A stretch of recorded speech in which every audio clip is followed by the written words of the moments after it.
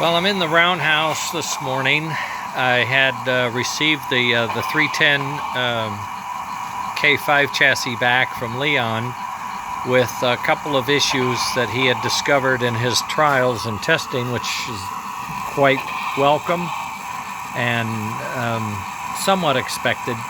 I had some wiring problems with this front truck. I had a wire routed in a way that it was flexing during the turns on a soldering joint, and that solder joint gave, so that cut out the chuff sound.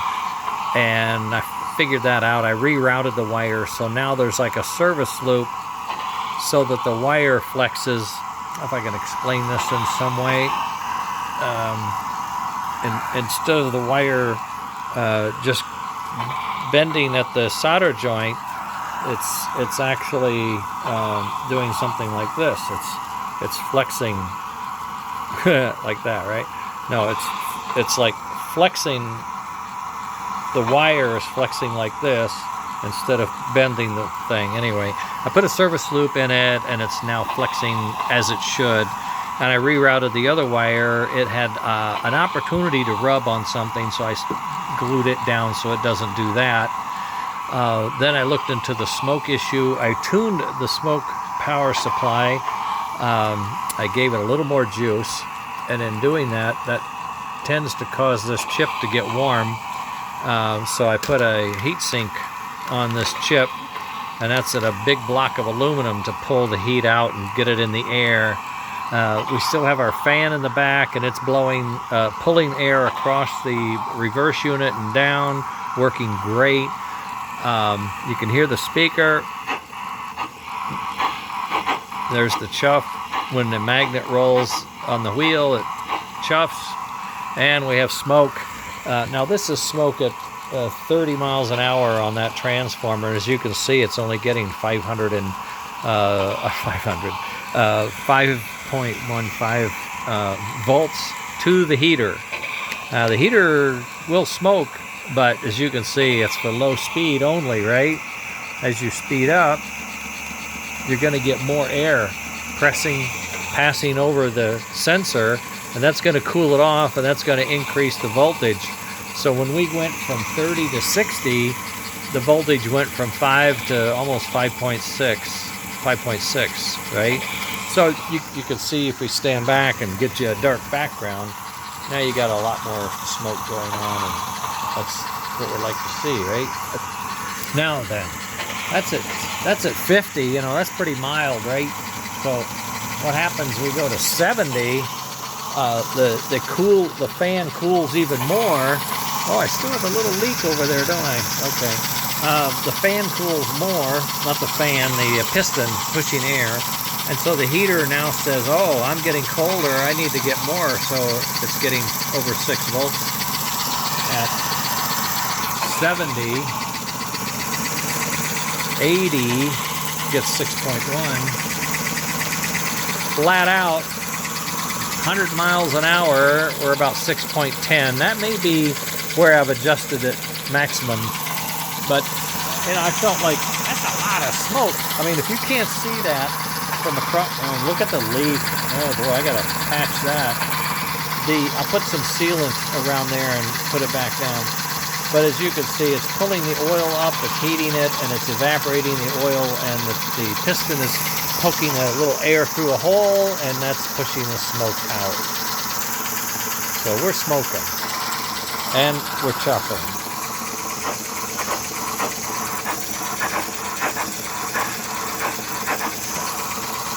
Double bounces because I'm moving it by hand, probably.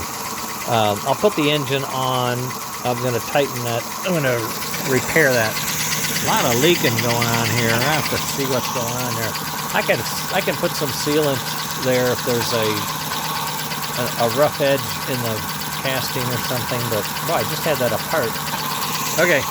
Anyway, now you can see it's cooling down because it's getting warmer, and then it'll start to get real hot if I slow the fan down, or the piston blowing air. The heater will build up heat, and that causes the thermistor to say, wait a minute, we don't want to be that hot, and it will pull volts away. So at low heat, you get smoke, but you're not overheating everything. You're not just boiling oil out. So there's 25 miles an hour, and it's going down to 4.9. And you still see smoke. It's not invisible, but it's still leaking too. So that'll help push more smoke out the right opening instead of it leaking out the side. That shows I've got pressure inside there working well, and it's trying to find a way out. A bigger opening, maybe a bigger stack, but we just don't do that. We use the factory stuff on these engines. It just seems everybody likes it. It comes out the right hole and everything. So you're going to get 5 volts at low speed, 6 volts at high speed. So the regulator is adjusting between 1 and 1.5 volts.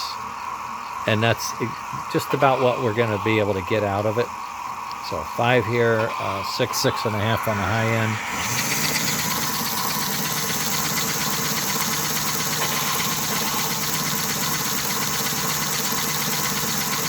.2, 0.5, 6.225, 6.3 is about the top. And that's about it. But that's plenty. 6 volts. I'm feeding it 9, maybe 8, I forget. But at any rate, I think it's getting 8, and it has a 1.5 volt loss coming in. So if you're getting 8, you got a 7.5 available. And there could be some losses, just in the building of the thing. So, but I'm pretty sure people would see that coming and know it. And they'd be happy to see this going through as well. Fireboxes. I mean, you can't see this on this camera. It's filtering out too much of the light, but there's a red-orange lights flickering, so it looks like firebox. And you hear the sounds of the pop-off valve and the chuff sound. Now on the other transformer, I have a steam whistle and a bell I can turn off and on using this module. I'm trying to get those on my sophisticated module, but we're still negotiating that. Okay, I'm going to button this up and call it repaired. I'm going to tighten that up and then put it back on the track one more time with the body. Leon had started the paint job, and we'll see what it does one more time before I send it back.